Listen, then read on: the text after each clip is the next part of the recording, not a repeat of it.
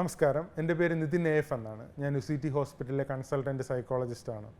ഇന്ന് ഞാൻ നിങ്ങളോട് സംസാരിക്കാൻ ആഗ്രഹിക്കുന്ന വിഷയം കുട്ടികളും അവരുടെ വളർച്ചയും, പ്രത്യേകിച്ച് പാരൻറ്റിങ്, അക്കാഡമിക്കായിട്ട് ബന്ധപ്പെട്ട ചില കാര്യങ്ങളെക്കുറിച്ചാണ്. ഇപ്പോൾ നമ്മുടെ ഒരു പോസ്റ്റ് മോഡേൺ ജനറേഷൻ കാലഘട്ടത്തിലാണ് നമ്മൾ ജീവിച്ചിരിക്കുന്നത്.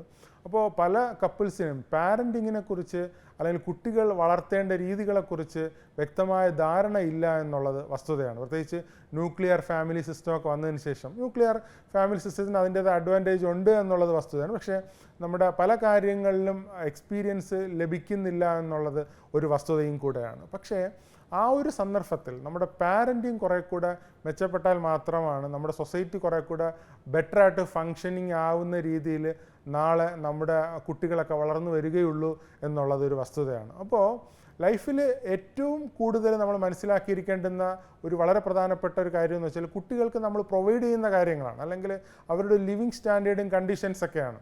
ഇപ്പം മെജോറിറ്റി പാരൻസിൻ്റെ ഒരു മിത്ത് എന്താണെന്ന് വെച്ചാൽ നമുക്കോ ബെറ്ററായിട്ടുള്ളൊരു കണ്ടീഷൻ കിട്ടില്ല, നമ്മുടെ മക്കൾ വളരെ ബെറ്ററായിട്ടുള്ളൊരു കണ്ടീഷനിൽ വളർന്നു വരണമെന്നുള്ളതാണ്.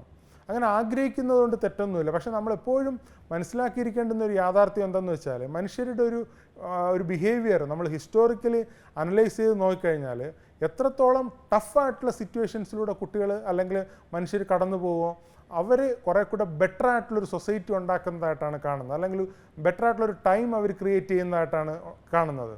അപ്പോൾ അതുകൊണ്ട് നമുക്ക് കുട്ടികളുടെ ഒരു ലിവിങ് സ്റ്റാൻഡേർഡ് കൂട്ടുന്നതിന് വേണ്ടിയിട്ട് ഓവറായിട്ട് പ്രഷർഡ് ആവാനോ സ്ട്രെസ്ഡ് ആവേണ്ടതോ ആയിട്ടുള്ള ആവശ്യമില്ല എന്നുള്ളത് നമ്മളെപ്പോഴും മനസ്സിലാക്കിയിരിക്കേണ്ടുന്ന ഒരു പ്രധാനപ്പെട്ട ഒരു കാര്യമാണ്. നമ്മുടെ അവൈലബിൾ ആയിട്ടുള്ള റിസോഴ്സസും ഓപ്പർച്യൂണിറ്റിയും മാക്സിമം വൈസായിട്ട് അവർക്ക് വേണ്ടി ഉപയോഗിക്കുക എന്നുള്ളതാണ് ഏറ്റവും ബെറ്ററായിട്ടുള്ള കാര്യമെന്ന് നമ്മളെപ്പോഴും ഓർത്തിരിക്കുക.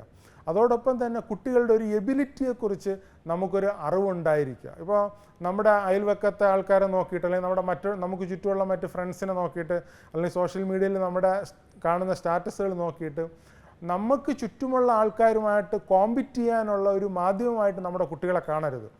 പല പാരൻസും അവരുടെ ലിവിങ് സ്റ്റാൻഡേർഡ് അല്ലെങ്കിൽ കൂട്ടുന്നത് കുട്ടികളുടെ ഒരു വളർച്ച, അല്ലെങ്കിൽ അവരേത് സ്കൂളിൽ ചേർക്കുന്നു, അല്ലെങ്കിൽ അവർ എത്ര കോസ്റ്റ്ലി ആയിട്ടുള്ള ഡ്രസ്സ് ഇടുന്നു, അല്ലെങ്കിൽ അവരിൽ നിന്ന് എന്ത് പ്രൊഡ്യൂസ് ചെയ്യുന്നു എന്നുള്ളതിനെ ആസ്പദമാക്കിയിട്ടാണ്. അതായത് സോഷ്യൽ സ്റ്റാറ്റസ് എലിവേറ്റ് ചെയ്യുന്നതിനുള്ളൊരു മീഡിയമായിട്ട് പല പാരൻസും കുട്ടികളെ കാണുന്നു എന്നുള്ളതൊരു വസ്തുതയാണ്. ഒരിക്കലും അങ്ങനെ ചെയ്യരുത്.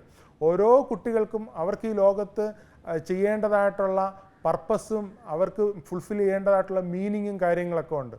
അപ്പോൾ അത് നമ്മൾ തിരിച്ചറിഞ്ഞുകൊണ്ട് ഏറ്റവും കുട്ടികളെ മോറലായിട്ട്, ഓണസ്റ്റായിട്ട്, എത്തിക്കലായിട്ട് ജീവിക്കാൻ വേണ്ടിയിട്ട്, ഡിസിപ്ലിൻഡായിട്ട് ജീവിക്കാൻ വേണ്ടിയിട്ട് അവരെ ട്രെയിൻ ചെയ്യുക എന്നുള്ളതാണ് പാരൻറ്റിങ്ങിൻ്റെ ഏറ്റവും പ്രധാനപ്പെട്ട കാര്യം എന്ന് നമ്മളെപ്പോഴും ഓർത്തിരിക്കുക. അങ്ങനെ ബ്ലെസ്ഡ് ആയിട്ടുള്ള, ബ്യൂട്ടിഫുൾ ആയിട്ടുള്ള ഒരു ജനറേഷൻ നമ്മുടെ സൊസൈറ്റിയിൽ ഉണ്ടാകട്ടെ എന്ന് ഞാൻ ആത്മാർത്ഥമായിട്ട് ആശംസിക്കുന്നു. Thank you so much.